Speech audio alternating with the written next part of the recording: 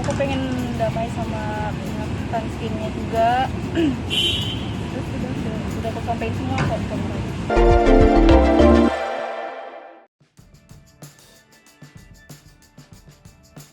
Dijebak Dodi Sudrajat, Mayang ingin damai dengan Skincare T. Mayang mengaku ingin damai dengan pihak Skincare T. Namun rupanya upaya damai itu masih terhalang ayahandanya Dodi Sudrajat. Respon dari penyidik? Kes. Iya aja. Sekarang kondisi kulitnya sendiri gimana? Mayang juga akui sudah berusaha untuk minta maaf dan damai kepada Skincare T. Ia sebelumnya telah dijebak orang tuanya sendiri, entah maksud dan tujuannya apa.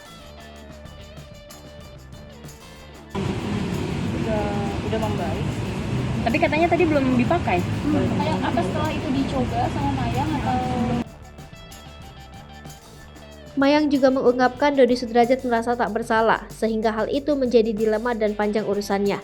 Disinggung sudah komunikasi dengan Skincare T, Mayang sudah menghubungi, namun ia mengakui belum direspons.